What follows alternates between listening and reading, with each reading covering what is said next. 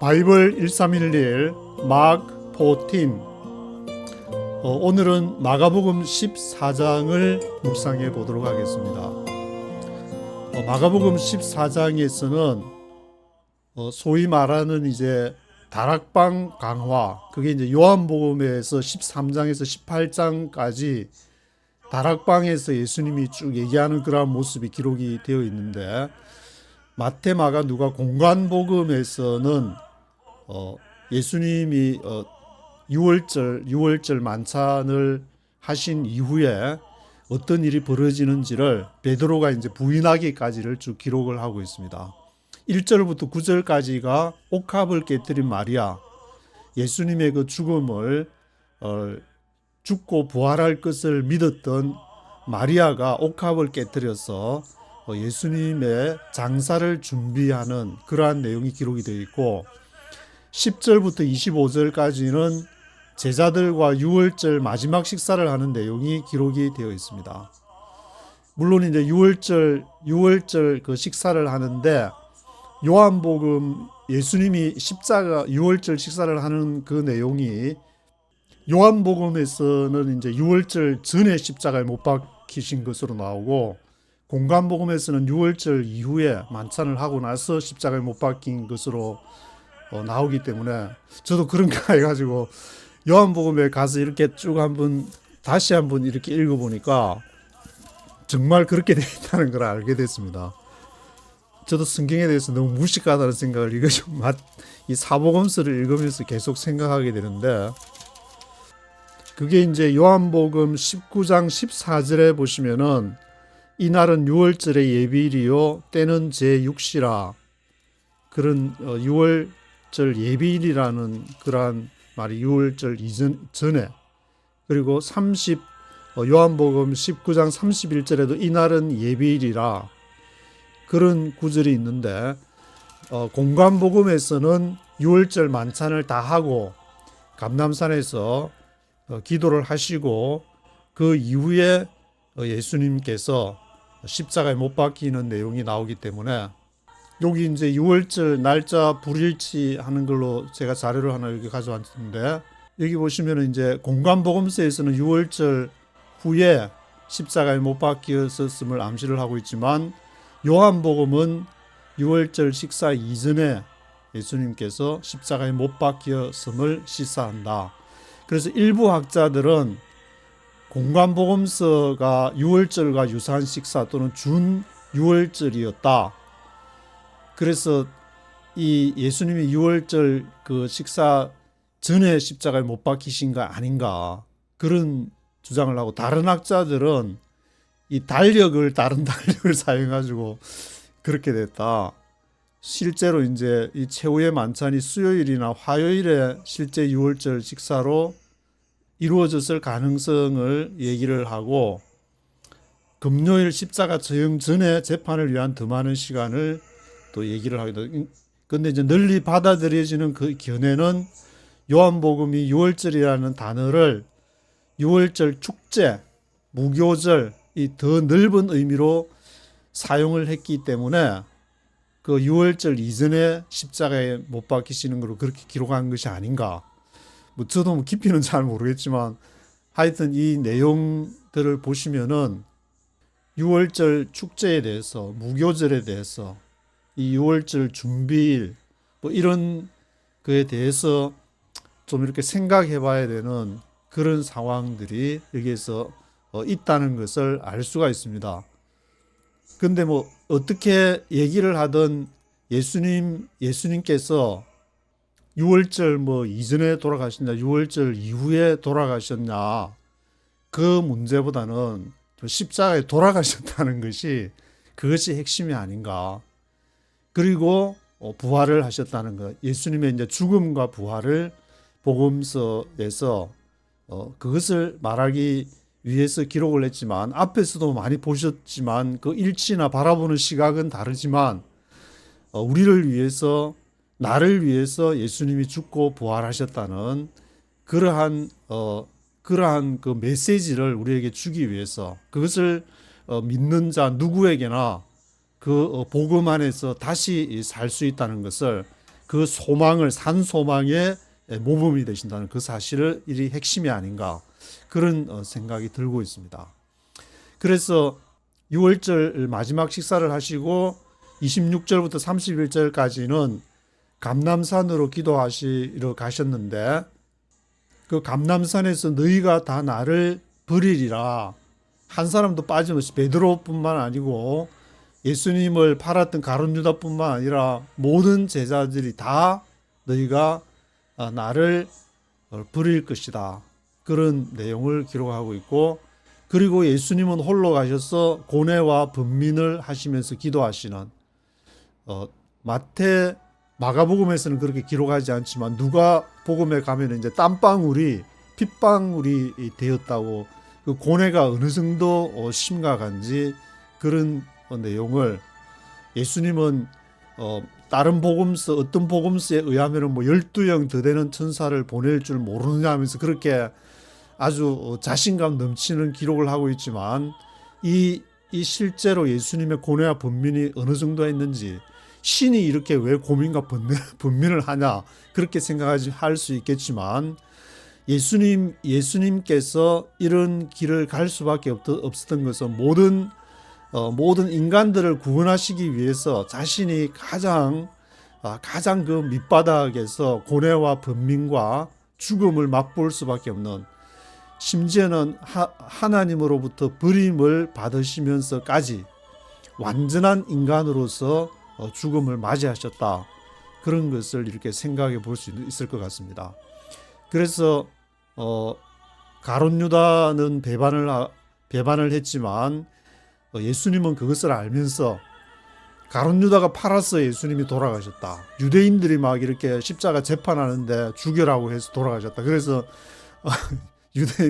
유대인 그 핍박에 대한 이게 정당성은 그런 데서 찾고 있지만, 예수님은 스스로 이 길을 가셨다. 가이사랴 빌립보에서 자신의 정체성을 드러낸 후에 예수님이 자신의 길로, 그 운명의 십자가의 길을 향해서 저벅저벅 걸어가셨다는 것을 이 사복음서를 통해서 분명히 볼 수가 있는 것 같습니다. 그래서 가룟 유다가 그렇게 배반을 했지만 예수님은 그 가룟 유다에 대해서 그렇게 하지 말라고 만류를 하거나 다른 제자들을 시켜가지고 얘는 우리한테 반역을 때렸으니까 철저히 왕따를 시켜야 된다거나 그렇게 하지 않은 예수님의 그러한 그 태도 속에서 이 도대체 이걸 어떻게 바라야 될 것인가. 뭐 하나의 국가를 운영을 한다 그래도 자신하고 노선을 달리하면은 다 이렇게 다 반대를 하고 다 이렇게 뭔가 정치 권력을 잡기 위해서 어떤 수단과 방법을 가리지 않는 것을 보게 되지만, 예수님은 그렇게 하지를 않았다. 가룟 유다뿐만 자신의 죽음을 앞에 두고도 좀 이렇게 이걸 어떻게 봐야 될지 생각을 해보게 되는 그러한 상황을 볼 수가 있는 것 같습니다. 그리고 마지막에 14장 마지막에는 베드로가 부인을 하는 그러한 내용까지.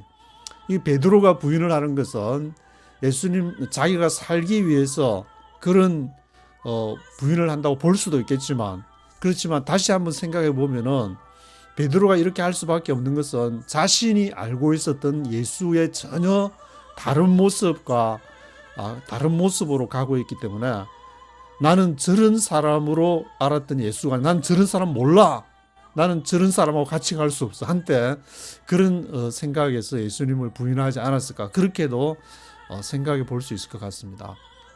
그래서 마가복음 14장에서 중요한 대목은 다락방 강화라고 불리는 요한복음 13장에서 18장 이 섬김에 대한 그러한 내용을 기록하고 있는 13장, 요한복음 13장에서 18장까지는 의도적으로 요한은 예수님이 이렇게 6월절 만찬을 하고 그런 내용을 의도적으로 생략을 하면서 그 메시지의 중요성을 강조를, 그것도 한 장 두 장도 아니고 13장부터 18장까지니까 거의 5장에 걸쳐서 긴 그러한 내용으로 그 다락방 강화가 주는 내용을 강조하고 있는 것을 볼 수가 있는 것 같습니다. 그래서 여기 다락방에서는 이제 떡과 잔을 주시면서, 떡과 이게 포도주 잔을 주시면서 하는 내용이 있는데, 그것이 마태복음 26장 그리고 마가복음 14장, 누가복음 22장에 기록이 되어 있습니다. 그 마태복음 22장, 26장에서는 새 언약과 죄 사함, 새로운 언약을 통해서 죄 사함을 받게 하기 위해서 내 떡과 잔을 이렇게 준다, 그런 내용으로 강조되어 있고, 마가복음 14장에서는 이 마가복음은 새라는 단어를 언약 앞에 명시적으로 언급을, 새라는 이 단어를 얘기를 마가복음은 언급을 안 하면서 죄사함에 대한 직접적인 언급도 생략을 하는 그 마가복음의 그러한 내용을 볼 수가 있습니다. 그래서 마태복음이 새 언약과 죄사함을 강조하는 데 비해서 마가복음은 또 다른 부분을 이렇게 조명하는 것을 볼 수가 있고, 누가복음에서는 누가복음도 또 이렇게 새로운 어떤 시각에서 강조를 하고 있는데, 바울의 그 고린도전서 11장에서 있는 언약의 측면하고 이것을 행하여 나를 기념하라는 그러한 사실을 강조하는 것을 누가복음에서는 볼 수가 있습니다.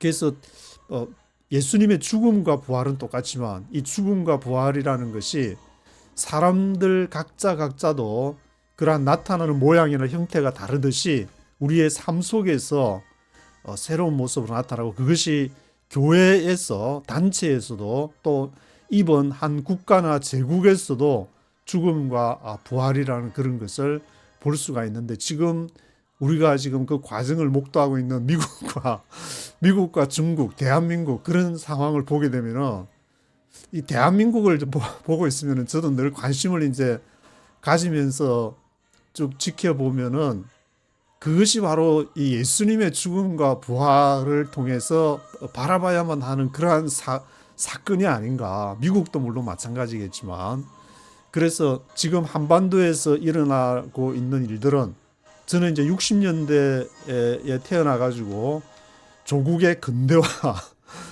60년, 70년, 80년 새마을 운동부터 박정희 때부터 시작된 그런 근대화를 보면서 그런 과정을 박정희 전두환 노태우 그런 상황을 쭉 이렇게 지켜보면서 90년대 IMF로서 완전히 이렇게 대한민국이 추락하기 직전에 미국으로 와가지고 또 미국을 또 쭉 지켜보기도 했는데, 그러면은 한 나라든 한 제국이든 한 개인이든 어떤 상황 속에서, 그 상황 속에서 죽음과 부활을 경험하는 것은 우리의 일상과 긴 역사 속에서도 다 마주하는 그런 내용이 아닌가, 그런 생각을 해보게 됩니다.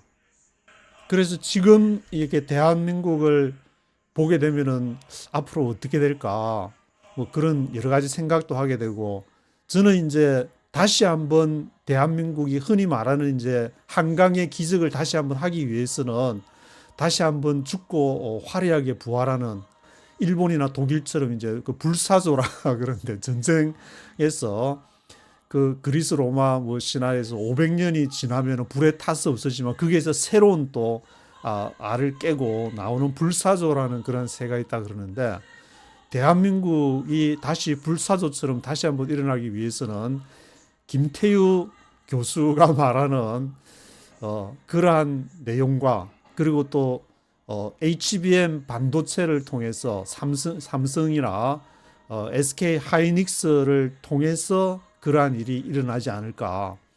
그래서 이 앞으로 HBM4를 통해서 이제 엔비디아나 뭐 그런 거하고 비슷한 어떤 경쟁 구도에 들어갈 수 있다고 그러는데, 그거를 통해서 다시 한번 일어선다면은 과거에 있었던 한강의 기적이 제2의 한강의 기적을 할 수도 있겠지만 과연 그렇게 할 수 있을까?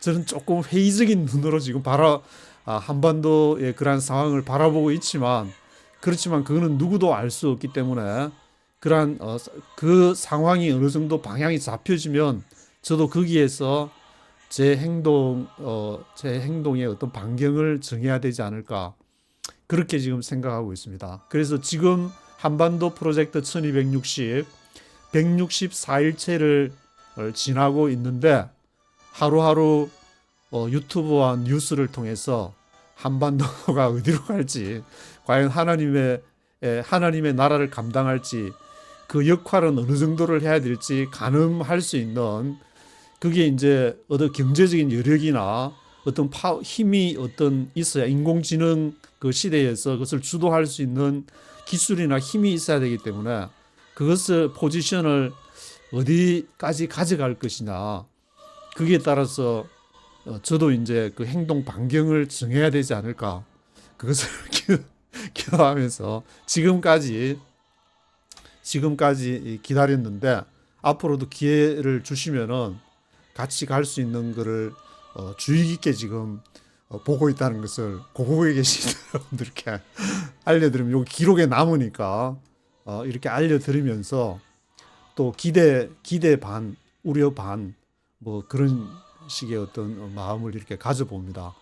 그래서 마가복음은 16장 14장에서 이렇게 감람산 기도를 하고, 이제 십자가 15장에서 십자가 판결을 받으시고 죽으시는 십자가의 죽음을 통해서 예수님이 다시 불사조처럼 이렇게 부활하시는 그런 모습을, 그것이 우리의 모습이 돼야 되고, 죽음을 통해서 부활하는 그것이 믿음이고, 또 그것을 통해서 하나님 나라가 확장되어져 가는 놀라운 역사가, 우리는 힘이 없지만 하나님께서 해가시는 것을 우리 자신을 통해서 목도할 수 있으면 너무 기쁜 일이 아닐까. 물론 그렇지 뭐 않아도 않다고 해서 기쁘지 않다는 것은 아니지만, 그래도 우리가 대한민국이 여기 이렇게 지하자원도 없는 그 반도라는 위치에서 러시아, 중국, 일본, 미국 강대국 사이에, 열강 사이에 끼어가지고 이 존재해야만 하는 이유가 뭔지를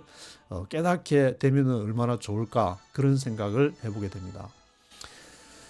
그래서 마가복음 14장을 한번 쭉 네이티브 스피커의 목소리로 한번 쭉 들어보시겠습니다.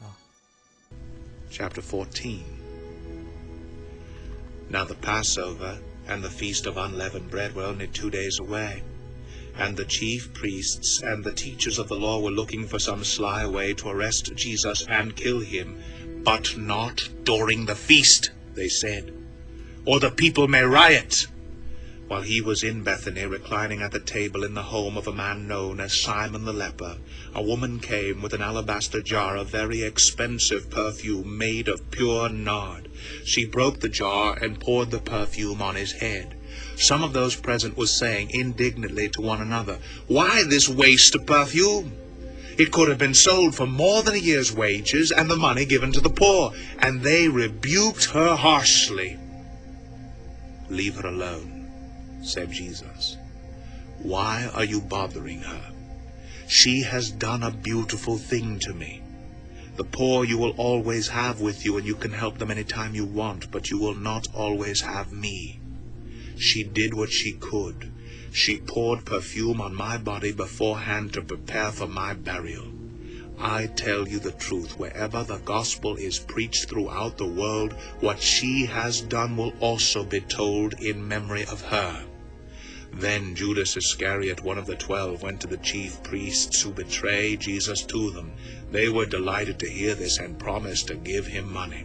So he watched for an opportunity to hand him over. On the first day of the Feast of Unleavened Bread, when it was customary to sacrifice the Passover lamb, Jesus' disciples asked him, "Where do you want us to go and make preparations for you to eat the Passover?" So he sent 2 of his disciples, telling them, "Go into the city, and a man carrying a jar of water will meet you. Follow him. Say to the owner of the house he enters, 'The teacher asks, where is my guest room where I may eat the Passover with my disciples?' He will show you a large upper room, furnished and ready. Make preparations for us there." The disciples left, went into the city, and found things just as Jesus told them, so they prepared the Passover. When evening came, Jesus arrived with the 12. While they were reclining at the table eating, he said, "I tell you the truth, one of you will betray me." one who is eating with me." They were saddened, and one by one they said to him, "Surely not I." "It is one of the 12, he replied, "one who dips bread into the bowl with me. The Son of Man will go just as it is written about him, but woe to that man who betrays the Son of Man. It would be better for him if he had not been born." While they were eating, Jesus took bread, gave thanks, and broke it, and gave it to his disciples, saying, "Take it. This is my body." Then he took the cup, gave thanks, and offered it to them, and they all drank from it. "This is my blood of the covenant, which is poured out for many," he said to them. "I tell you the truth, I will not drink again of the fruit of the vine until that day when I drink it anew in the kingdom of God." When they had sung a hymn, they went out to the Mount of Olives. "You will all fall away," Jesus told them, "for it is written, 'I will strike the shepherd, and the sheep will be scattered.' But after I have risen, I will go ahead of you into Galilee." Peter declared, "Even if all fall away, I will not."